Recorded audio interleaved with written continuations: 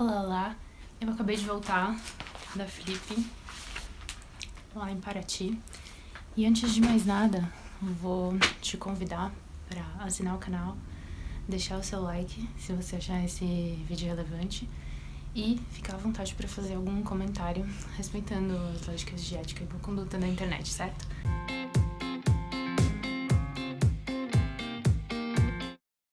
Eu resolvi, depois dessa experiência de alguns dias nessa cidade muito cara, muito cheia de pedras e com um clima ainda indefinido, e dessas programações imensas de 28 casas, comecei a ler alguns artigos, ouvir algumas discussões do pessoal falando sobre ser escritor publicado, sobre poder se considerar ou não profissionalmente.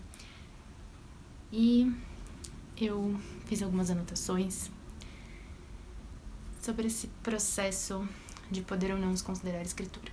Eu lembro que alguns anos atrás, quando eu estava fazendo um curso de roteiro, especializado mais em TV, nessa lógica de writer's room e com essa experiência, né, de escrever para série, quando a gente terminou o curso, eu não lembro quantas aulas eram, foram cerca de 3 meses, acho que 2 vezes por semana, e a maioria das pessoas que ia lá já tinha alguma experiência prévia em audiovisual ou jornalismo, alguma área afim. E aí uma das colegas perguntou: eu já posso me chamar roteirista, né, me considerar uma roteirista, sendo que eu ainda não tenho uma experiência de mercado, ou ainda não tenho algum roteiro meu que já foi gravado num longa-metragem, afins? E a professora falou: sim, você já tem a habilidade, o currículo, a possibilidade para poder desenvolver algo nessa área.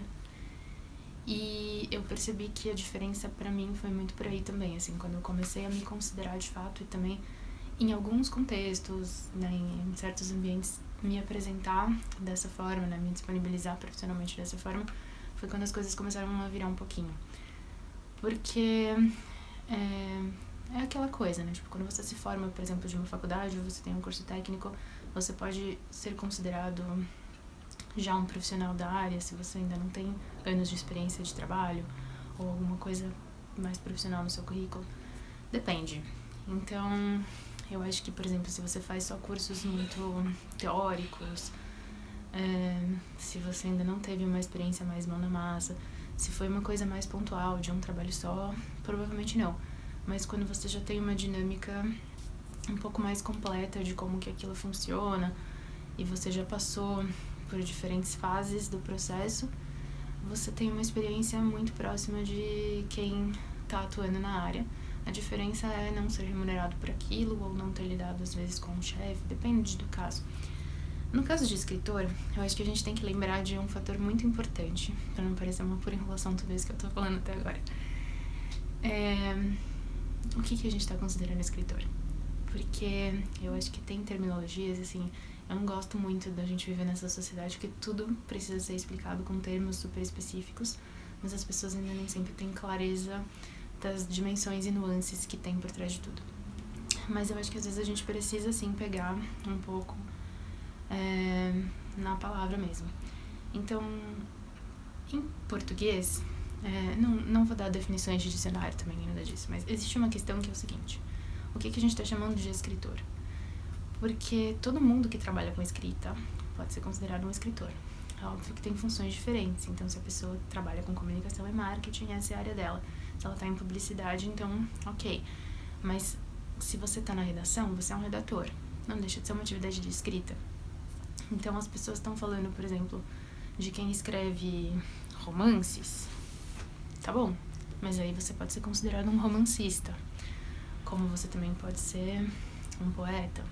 Como você também pode ser o que muitas pessoas às vezes se denominam, que é um autor, que aí é uma obra da sua autoria, o que em muitos casos escritores e mesmo romancistas e etc. nem sempre são, porque às vezes eles desenvolvem em função de uma demanda externa. Então, apesar de ter um lado de autoria ali, talvez em essência não seja.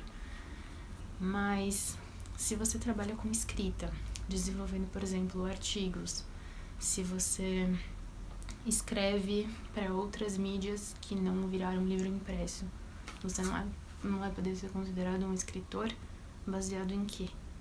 se você trabalha com a palavra e a escrita é o seu meio.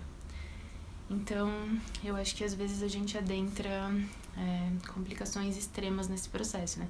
Até porque quando você está preenchendo uma fichinha de que você vai participar de um evento ou pegar a sua chave de quarto de hotel, quem é que vai ficar verificando quais são as suas credenciais para dizer se você é aquilo ou não? Então, não, a gente não precisa ficar usando aleatoriamente um termo, mas se você se movimenta, né, profissionalmente a partir da escrita, e se você talvez ainda não publicou oficialmente ou não recebeu prêmios e afins por isso, mas você desenvolveu trabalhos em romances, contos, crônicas, etc., por que não? Pode até não ser a sua principal atividade financeira, mas não deixa de ser algo que você realiza em termos de trabalho, de serviço, enfim. Então, eu acredito que a gente pode expandir um pouco o entendimento que se tem sobre esse processo, né? Existem até algumas discussões que eu vi, principalmente em inglês, sobre quem se chama autor, quem se chama escritor. E aí eu acho que pode ser uma diferença até um pouco mais relevante do que essa de preencher na fichinha ou não. Mas ainda assim, tem muitas nuances e a gente não precisa ficar muito passional sobre isso.